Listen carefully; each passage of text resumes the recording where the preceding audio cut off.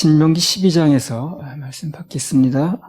20절에서 27절까지. 내 하나님 여호와께서 내게 허락하신 대로 내 지경을 넓히신 후에 내 마음에 고기를 먹고자 하여 이르기를 내가 고기를 먹으리라 하면 내가 물은 마음에 좋아하는 대로 고기를 먹을 수 있으리니 만일 내 하나님 여호와께서 자기 이름을 두시려고 택하신 곳이 내게서 멀거든 내가 네게 명한 대로 너는 여호와의 주신 우양을 잡아 너의 각 성에서 내가 물은 마음에 좋아하는 것을 먹되 정한 자나 부정한 자를 물어나고 노루나 사슴을 먹음같이 먹을 수 있거니와 오직 크게 삼가서 그 피는 먹지 말라. 피는 그 생명인즉 내가 그 생명을 고기와 아울러 먹지 못하리니 너는 그것을 먹지 말고 물같이 땅에 쏟으라. 너는 피를 먹지 말라. 네가 이같이 여호와께서 의롭게 여기시는 일을 행하면 너와 내 후손이 복을 누리리라. 오직 내 성물과 소원물을 여호와께서 택하신 곳으로 가지고 가라. 네가 번제를 드릴 때에는 그 고기와 피를 내 하나님 여호와의 단에 드릴 것이요 다른 제 희생을 드릴 때에는 그 피를 내 하나님 여호와의 단 위에 붓고 그 고기는 먹을지니라. 방금 읽은 본문은요, 이미 이제 앞에 나온 말씀들을 다시 반복하시는 거거든요. 우리는 교육이 반복이라 그래요. 반복하지 않으면 교육은 절대 되지 않습니다. 한 번 얘기해서 그게 알아들으면 무슨 걱정이 뭐 있겠어요. 애들 한 번 말했다고 알아듣습니까? 또 얘기하고 또 얘기하고 수없이 얘기를 해야지 한 번 알았습니다. 까지 끝나면 뭐야 그냥 공짜로 기르게? 그게 아니거든요. 우리 마찬가지예요. 우리도요. 수없이 들어야 그게 또 젖어드는 거지 한 번 얘기했다고 다 알아듣고 그러면 무슨 걱정이 있겠어요. 그래서 반복보다 더 좋은 교육 방법은 없습니다. 가장 좋은 교육 방법은 반복이에요. 그 운동선수가 끊임없이 반복하는 거예요. 공 받는 연습, 배트 휘둘리는 연습, 스파이크 하는 연습, 끊임없이 그 슛을 400개씩 던진다나 하루에? 그걸 던질 줄 몰라서 그래. 그러니까 끊임없이 반복하는 거예요. 그래서 어느 각도에서든 슛을 던질 수 있도록 계속 던진다는 거예요. 그 모든 교육은 반복을 통해서 이루어집니다. 반복하지 않고는 교육은 되지 않아요.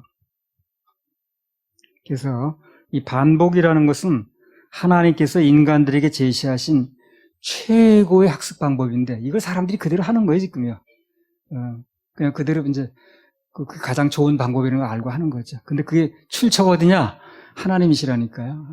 그래서 하나님께서 인간들에게 제시하신 최고의 좋은 학습 방법이 반복하는 겁니다. 그게 가장 안전한 거예요. 왜 계속해서 들어야 되느냐? 계속해서 들어야 젖을 수가 있어요. 그리고 그 젖어질 때 내게 됩니다. 이거 한번 들었다고 내게 되는 게 아니야. 이게 착각하는 거죠. 들었어, 알아. 자기 적용하려고 안 되죠. 감사해라 그래도 그렇게 들었어도 또 그 상황이 좀 안 좋아봐요. 원망부터 나오지. 그러니까 이게 계속 들어서 젖어들어야 언젠간 내게 되거든요. 그럼 이제 자기가 들은 거예요, 그게. 그리고 또 적용이 됩니다, 그게. 이제 적용이 되고 내게 됐다가도요, 또 안 들으면 또 심해져, 이게 또. 우리 그 연습하다가 늘 잘하던 사람도 한 열흘 쉬면은 또 이 막 잘 안 되듯이 또 몸을 또 올려야 되듯이 똑같습니다. 그래서 우리는 어쩔 수 없어요. 주님 나라 가는 날까지는요, 계속 들어야 됩니다. 다른 방법이 없어요. 안 듣고 되는 방법이 없어요. 신명기 12장 28절. 내가 네게 명하는 이 모든 말을 너는 듣고 지키라. 내 하나님 여호와의 목전에 선과 의를 행하면 너와 내 후손에게 영영이 복이 있으리라. 네. 하나님께서는 나와 내 후손, 또 다른 말로 여러분과 여러분 후손이 복 받는 걸 아주 좋아하십니다. 그분은 저주를 좋아하는 분이 아니에요. 복 주시는 것을 좋아하십니다. 그래서 어떻게 해서든지 복을 주시려고 그러고 어떻게 해서든지 부어주시려고 하시고 그런 분이에요.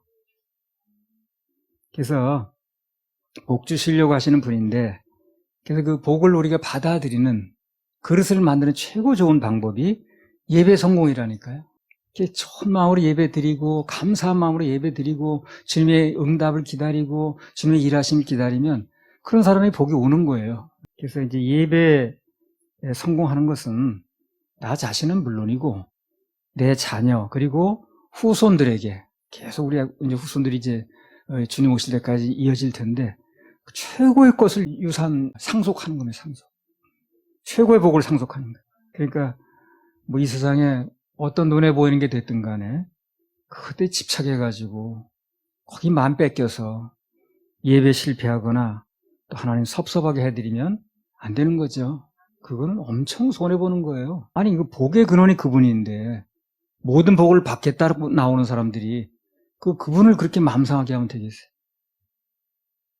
그래서 그렇게 하면 복을 얻기도 어렵고 또 혹시 얻어본들 그게 복이 안 되더라고.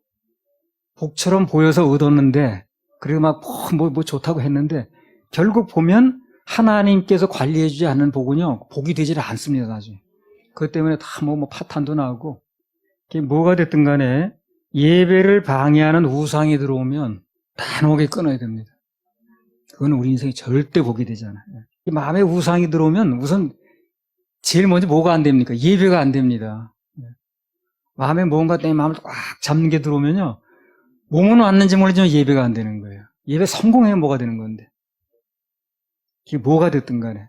뭐 집착이 있다든가, 내일 뭘 갚아야 되는데, 몸이 어떻게 됐는데, 누가 속썩이는데, 뭐가 어떻게 된다는데, 이런 거 다 이게 마음이 들어가기 시작하면요. 이제 제일 먼저 예배가 안 돼요, 그게. 사단은 그런 걸 통해서 자꾸 계속 부추기는 거야. 목적은 뭡니까? 예배 방해하는 거예요. 예배 성공해 뭐가 되는 거거든. 그래서 예배에 방해가 되는 어떤 것이 됐든 간에 그냥 과감하게 끊어야 돼요. 과감하게. 근데 아까 그 얘기하잖아요. 그 예배 시간에 애들 얼로 그러지 말라고. 그것도 방해하는 거거든. 그게 사단이. 그 애들 너무 이쁘죠. 그 이뻐하는 감정이 나쁜 게 아니에요. 그걸 통해서 예배를 방해하려는 사단의 수법을 우리가 알아야 된다는 거예요. 그러니까 그 애들 이뻐하는 게 뭐 나쁘다고. 그거 뭐 손자 이쁘지. 아니 그게 나쁘다는 게 아니라니까요. 그걸 통해서 그 좋은 감정인데 그걸 통해서 예배를 방해하고자 하는 나쁜 수법이 나쁜 거예요. 그게. 거기 속으면 안 된다는 거예요. 그래서 누군가 그 마음에 평안이 없다. 나 그래 평안이 없지. 그러면 마음속에 우상이 있어요. 지금요. 그 사람이 뭐가 됐든 간에 잡고 있는 게 있습니다. 지금. 그걸 빨리 내려놔야 돼요. 바뀌어야 됩니다. 과감하게 깨트리고. 그래서 이제 주님 바라보게 되면 그 문제가 큰 문제가 아니야. 결국에 보면. 주님이 다 그 문제 해결하시게 돼 있고요. 뭐 공급이나 치료나 다 하게 돼 있습니다. 그걸 놓치니까 문제가 되는 거예요. 하나님은 작게 보이고 크게 보여가지고. 그래서 먼저 하나님을 선택하고 그분께 대한 예배에 성공하게 되면 그 보상으로 우리가 수고한 모든 것에 우리 뭐 손으로 움직이고 물론 하잖아요. 수고한 모든 것에 복을 받게 하십니다. 복을 받게 하시. 근데 어떤 사람은 열심히 일하고 그냥 막 몸이 탈진될 정도로 해도 뭐가 되지 않고 보이지 않고 이런 게 다 그런 거거든. 그게 장사로 말하면 앞으로 남는데 뒤는 자꾸 믿죠. 그런 게 다 그 복의 근원으로부터 뭐가 공급이 안 돼서 그런 거예요. 복의 근원을 잡고 가면 결국은 복의 근원을 잡았는데 복이 안 될 수가 없잖아요. 이런 얘기는 한두 번 듣는 게 아니고 늘 반복하시는 겁니다. 환경이 자꾸 바뀌고 환경은 오늘도 또 역시 여전히 일어나거든. 그러니까 이제 이것을 한 번 들어서 말고 할 문제가 아니기 때문에 끊임없이 말씀하시는 거예요. 하늘날 가는 그 순간까지. 이 복은 여러 가지가 물론 있겠습니다만은 가장 큰 복은 영생의 복입니다. 그 복 말고 더 큰 복은 없어요. 아니 이 세상에 무슨 복을 받아본들 죽는데 무슨 그게 끝나는 거 아니겠어요? 죽어서 지옥 간다는데 무슨 복인가 그게. 그래서 이 땅에서 조금 좀 어렵게 살더라도 영생의 복을 얻으면 최고의 복을 받은 거예요. 그 이상의 복은 없습니다. 영생. 천국에서. 신명기 12장 29절에서 30절. 내 하나님 여호와께서 내가 들어가서 쫓아낼 그 민족들을 내 앞에서 멸절하시고 너로 그 땅을 얻어 거기 거하게 하실 때에 너는 스스로 삼가서 내 앞에서 멸망한 그들의 자취를 밟아 올무에 들지 말라. 또 그들의 신을 탐구하여 이르기를 이 민족들은 그 신들을 어떻게 위하였는고 나도 그와 같이 하겠다 하지 말라. 시편 16편 4절 또 읽어보세요. 다른 신에게 예물을 드리는 자는 괴로움이 더할 것이라. 나는 저희가 드리는 피의 전제를 드리지 아니하며 내 입술로 그 이름도 부르지 아니하리로다. 다른 신에게 예물을 드리는 자는 괴로움이 더할 것이라. 그러니까 하나님 외의 것에 예배하는 사람은요, 그게 우선 얻는 것처럼 보이고 뭐 좀 되는 것처럼 보여도요, 결국은 불행해집니다. 괴로움이 더해져요. 괴로워집니다. 사우디에서 왕세자가 방문을 했어요, 우리나라에. 근데 그 사람 뭐 재산이 몇백 조라고 그러더라. 뭐 하여튼 그래요. 예. 그 뭐 계산하기도 어려울 만큼 큰 돈이에요.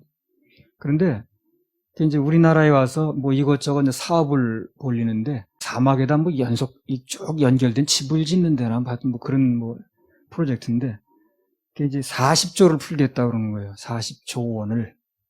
그럼 그 사람이 행복하냐? 그렇지 않대요. 지금 왕자만 7천 명이래요. 자기 형제들이 7천 명이에요. 물론 배다른 형제들이죠. 그러니까 7천 명이 다 그 자리를 노리는 거예요.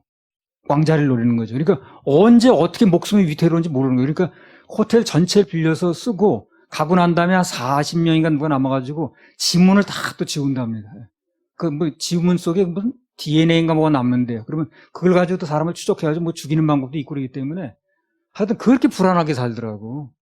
그러니까 돈을 그렇게 몇십 조씩 주물럭거려도 신변의 위험을 느껴가지고 뭐 어디 자유롭게 다니지도 못하는 거야.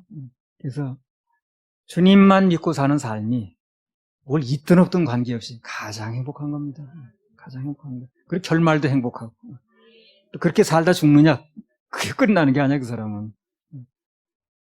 지옥 갈 때 무슨 그 돈 가져가나. 다른 신에게, 그게 뭐 돈이 됐든 뭐가 됐든 간에 그 사람이 붙들고 늘어지고 그 사람 숨기고 있으면 그 신이거든요. 그게 뭐 명예든, 운동 뭐 성공하는 거든 그걸 붙들고 있는 게 신이 되는 겁니다. 그거에 이제 자기의 모든 물질을 쏟고 정성을 쏟고 그 예물을 드리는 건데 그게 이제 결국은 괴로움을 더한다고 그랬어요. 이 성경은 답을 딱 얘기를 하는 거예요. 답을. 그 결과가 어떻다는 걸 정확하게 찝는 거예요. 그러니까 살아본 다음에 아유 속았네 하지 말고 미리 이런 말씀으로 답을 알려주는데 그래서 누군가의 마음속에 이제 우상이 들어오잖아요. 하나님 외의 것은 다 우상이라고 그랬어요. 그게 뭐든 간에 하나님 외의 것에 마음을 뺏겨서 우상이 들어오면 제일 먼저 나타나는 현상이, 그가 느끼는 현상이 뭐냐면 그 마음속에 평안이 없습니다. 그러니까 하나님 외의 것에 마음을 뺏기고 있으면 그게 무엇이든 간에 그 사람 마음엔 절대 평안이 없어요. 그러니까 평안이 없으니까 뭐 더 많이 가지려고 그러고 더 자극적인 것을 뭐 해보려고 그러고 그게 이제 그 불안하니까 그러는 건데 그렇다고 해결되는 게 아닙니다. 그게 늘 뭔가 쫓겨요. 그럼 반대로 누가 됐든 그 마음속에 우상이 깨지고 오직 하나님만 만족하고 하나님만 섬기고 예배하면 그러면 그 환경과 형편력에 관계없이 그 사람은 환경과 관계없는 뭐가 없는 기쁨이 옵니다. 평안이 와요. 그 예수님께서 그러셨잖아요. 내가 너에게 주는 평안은 세상에 주는 평안하고 다르다고 그랬잖아요. 그 세상에 주는 평안은 환경과 관계가 있어요. 환경이 좋으면 좋아. 근데 환경이 늘 좋은 게 아니잖아요. 뭐 아침에 좋았다 저녁에 깨질 수도 있잖아요. 그럼 대번 깨지는 게 평안이라고요. 그러나 예수님께서 우리에게 약속하신 평안은요. 환경과 관계없는 평안입니다. 늘 평안한 거죠. 환경과 관계없으니까. 그래서 마음속에 하나님 외의 것에 마음 뺏기는 하나님보다 마음을 더 주는 그런 우상이 들어오면 그 마음의 평안이 깨지고 뭔가 쫓기게 되고 반대로 누구든 그 마음속에 우상이 깨지고 주님만 바라보고 주님께서 주시는 그 복만 바라보고 예배에 성공하면 환경과 관계없는 기쁨이 온다는 거예요. 주님만 바라봐주면 저절로 감사가 돼요. 그죠? 지금도 정말 주님만 바라보는 사람은 주님께만 맡겨진 사람은 지금도 평안이 있을 겁니다. 뭐 형편이 좋아도 평안이 아니에요. 신명기 12장 31절 32절 네 하나님 여호와께는 네가 그와 같이 행하지 못할 것이라. 그들은 여호와의 꺼리시며 가증히 여기시는 일을 그 신들에게 행하여 심지어 그 자녀를 불살라 그 신들에게 드렸느니라. 내가 너희에게 명하는 이 모든 말을 너희는 지켜 행하고 그것에 가감하지 말지니라. 예. 여기서 볼 수 있는 것은 이방신들에게 이방신이라는 것은요 꼭 어떤 우상뿐만 아니라 거기에 이제 하나님 외의 것에 만백기는 다 이방신이라고 보면 돼요. 크게 봐서. 거기에다가 제사를 하고, 그걸 섬기고, 그걸 따라가다 보면 점점 더 극단적인 걸 요구합니다. 아마 이 당시 그 가나안 족속들도 처음부터 자녀들을 그렇게 불살라드리지는 않았을 겁니다. 그렇죠? 처음에는 그냥 뭐 동물을 희생을 드리든가 뭐 했을 겁니다. 근데 점점 자극적으로 변하는 거예요, 그게. 나중엔 그냥 자녀를 막 이렇게 막 희생물로 드릴 정도로 이게 자극적으로 변해가는 거예요. 점점 자극적인 방법을 쓰다 보니까 나중에는 이렇게까지 간 거거든. 극단적인 방법까지 동원하는 거. 그래서 이 세상에서 돌아가는 걸 보면 하나님을 예배하지 않는 사람은 평안도 없고 또 뭘 마음에 답답한 게 해결도 안 돼. 그러니까 점점 자극적인 방법을 쓰는 거야. 누구를 막 밟고 일어서가지고 막 그걸 가지고 시열을 느끼든 하여튼 자우지가. 영화도 보세요. 영화도 옛날 영화는 좀 보고 나면 감동이 좀 있었어요. 요즘 영화는 막 극단적으로 자극적인 용어를 쓰고 막 욕을 해가면서 그냥 막 그런 식으로 하는 거 자꾸만. 그 평범한 거 옛날 같은 그런 영화 가지고 사람들이 만족을 못 하는 거. 근본적으로 그게 인간에게 행복을 주는 건 아니라는 거죠. 그게. 근데 예배는 어떻습니까?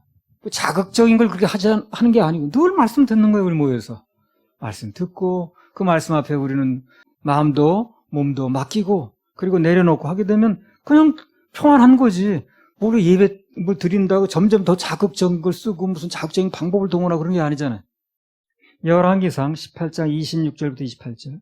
저희가 그 받은 송아지를 취하여 잡고 아침부터 낮까지 바알의 이름을 불러 가로되 바알이여 우리에게 응답하소서 하나 아무 소리도 없으므로 저희가 그 쌓은 단 주위에서 뛰놀더라. 그러니까 처음에는 어떻게 했습니까? 송아지를 잡았죠. 그래가 제사 드린다고 난리 치는 거야. 근데 응답이 없는 거야. 그 다음에 또 어떻게 합니까? 27절에. 오정에 이르러는 엘리야가 저희를 조롱하여 가로되 큰 소리로 부르라. 저는 신인즉 묵상하고 있는지 혹 잠깐 나갔는지 혹 길을 행하는지 혹 잠이 들어서 깨워야 할 것인지 하매 이에 저희가 큰 소리로 부르고 그 규례를 따라 피가 흐르기까지 칼과 창으로 그 몸을 상하게 하더라. 그러니까 모든 이방인에 드린 제사는 그게 무엇이든 점점 자극적으로 변해갑니다. 그리고 자기 몸을 해쳐요, 좋게 해요. 해칩니다. 그러니까 하나님 위에 것을 따라가는 사람은 결국 자기를 해친다니까요. 그렇게 해보나 마나 답은 나와 있는 거니까 처음부터 주님만 바라봐야 됩니다. 결국 자기를 해치는 거예요. 뭐 이것저것 해봐도 안 되니까 결국 자기 몸을 괴롭게 해가지고 뭘 이루려고 하는데 그게 되질 않더라는 거예요. 그래서 누구든 조심해야 될 게 뭐냐면 자기를 괴롭게 하는 제사는요, 자칫하면 대상은 하나님께 있다고 하면서도 방법은 이방신을 섬기는 방법이 될 수가 있습니다. 자기를 괴롭게 해가지고 뭐 하려고 그러지 마세요. 뭐 금식도 다 좋고 좋은데 막 그냥 막 후딱하면 20일 금식, 뭐 40일 한 번 해가지고 내가 써서 두 번, 세 번 그렇게 하진 말라는 거예요. 그렇게 하지 말아요. 그 휴유증이 만만치 않습니다. 아주. 그래가지고 휴유증 겪는 사람도 한두 사람 본 게 아니에요. 그냥 은혜로 해요. 은혜로. 사역도 그래. 사역도 처음부터 은혜로 해야지. 이제 은사적으로 하게 되면 그게 조금 시들해져. 더 자극적인 게 나와야 돼. 한국 사람들이 관심이 없으니까. 금식도 10일에서 안 되면 뭐 20일 해야 되고, 또 30일 해야 되고, 40일 해야 되고, 40일 한 번에서 안 되면 뭐 두 번 하고, 그리고 휴유증 겪고. 모든 것에 은혜를 입는다는 게 참 중요합니다. 은혜를 입는다는 게 얼마나 감사합니다. 우리가 은혜를 받자. 그래서 하나님 방법대로 맡기겠다는 것은 그분께서 정하신 방법에 따르겠다는 걸 의미합니다. 그래서 우리는 주님께서 예배 성공하면 항상 예배, 항상 축복이라고 하셨으니까 우리는 늘 마음을 다해서 이것저것 마음 뺏기지 말고 주님께 예배하고 그분 주시는 은혜로 살아가면 돼요. 그걸로 만족하면 됩니다. 거기에 감사하면 돼요. 할렐루야. 우리 하나님 박수. 생수가 흘러나는 한 장 부르고 신명기 13장을 한번 들어가 보겠습니다. 생수가 흘러나면 은혜가 나타나고 주님께 순종 조용해지면 하늘 문 열려요. 하늘 문 열려요. 바라봐지면 주님만 바라봐지면 그분을 배우니 그분을 배우니 주님의 음성 주님의 음성을 사모해 보세요. 사모해 보세요. 생수가 넘쳐나면 생수가 넘쳐나면 회복이 되어지고 회복이 되어지고 주님께 중심 드리며 주님께 중심 드리면 축복문 열려요. 축복문 열려요. 주님만 기다려지면 주님만 기다려지면 그분을 배우니 그분을 배우니 생수의 은혜를 체험해 보세요. 신명기 13장 1절에서 5절 한번 읽어보세요. 너희 중에 선지자나 꿈꾸는 자가 일어나서 이적과 기사를 내게 보이고 내게 말하기를 네가 본래 알지 못하던 다른 신들을 우리가 쫓아 섬기자 하며 이적과 기사가 그 말대로 이룰지라도 너는 그 선지자나 꿈꾸는 자의 말을 청종하지 말라. 이는 너희 하나님 여호와께서 너희가 마음을 다하고 성품을 다하여 너희 하나님 여호와를 사랑하는 여부를 알려 하사 너희를 시험하심이니라. 너희는 너희 하나님 여호와를 순종하며 그를 경외하며 그 명령을 지키며 그 목소리를 청종하며 그를 섬기며 그에게 부종하고 그 선지자나 꿈꾸는 자는 죽이라. 이는 그가 너희로 너희를 애굽 땅에서 인도하여 내시며 종되었던 집에서 속량하여 취하신 너희 하나님 여호와를 배반케 하려 하며 너희 하나님 여호와께서 네게 행하라 명하신 도에서 너를 꿰어내려고 말하였음이라. 너는 이같이 하여 너희 중에서 악을 제할지니라. 신명기 13장은요, 사단이 하나님의 백성들로 하여금 하나님으로부터 마음이 떠나게 하는데 쓰는 주로 세 가지 수법을 나와요. 그래서 신명기 13장에 나온 게 사단이 하나님으로부터 마음이 떠나게 하는데, 이 믿는 자들이, 하나님의 자녀들이 하나님으로부터 마음을 떠나게 만드는 데 쓴 수법. 여기 이제 세 가지가 이렇게 나옵니다.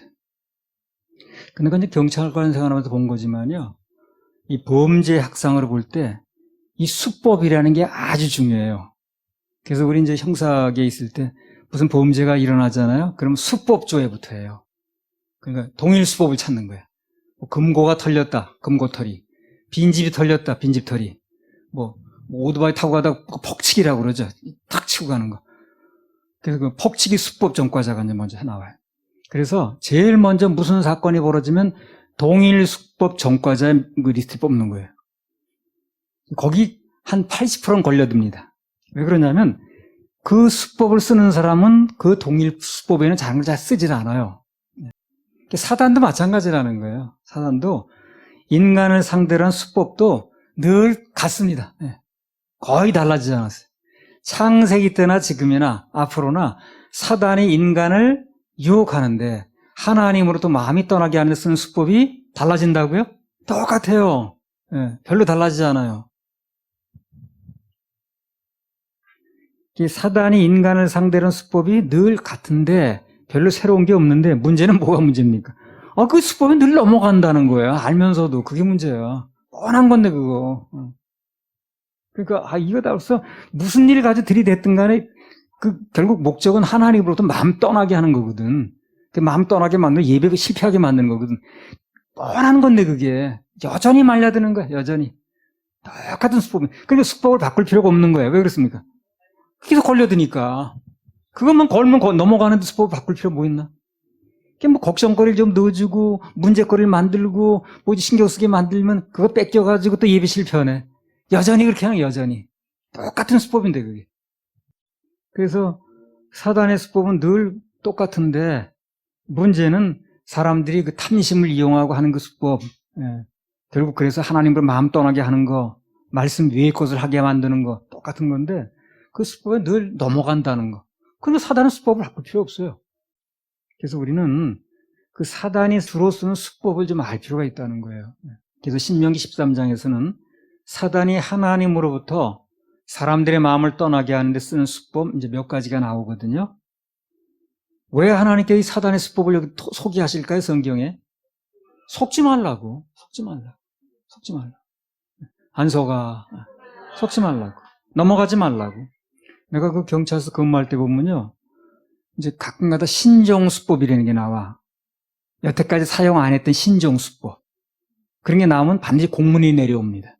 그래서 이러이러한 순종수법이 생겼으니 가서 근무할 때도 이렇게 주지를 시켜주고 또 그리고 이런 것을 수사하는데 참고해라 해가지고 그래서 이제 순찰할 때나 공문이 내려오면 대민 활동할 때 주민들에 가서 이런 새로운 수법이 나왔으니까 넘어가지 말라고 이제 알려줍니다. 그래서 이제 사단이 하나님 백성들을 하나님으로부터 마음을 떠나게 하는 이제 수법을 몇 가지 보면 첫째로 오늘 신명기 13장 1절에 5절 나온 것처럼 거짓 선지자나 뭐 꿈꾸는 자들 이런 사람들을 사용을 합니다. 이게 수법 제일 먼저예요.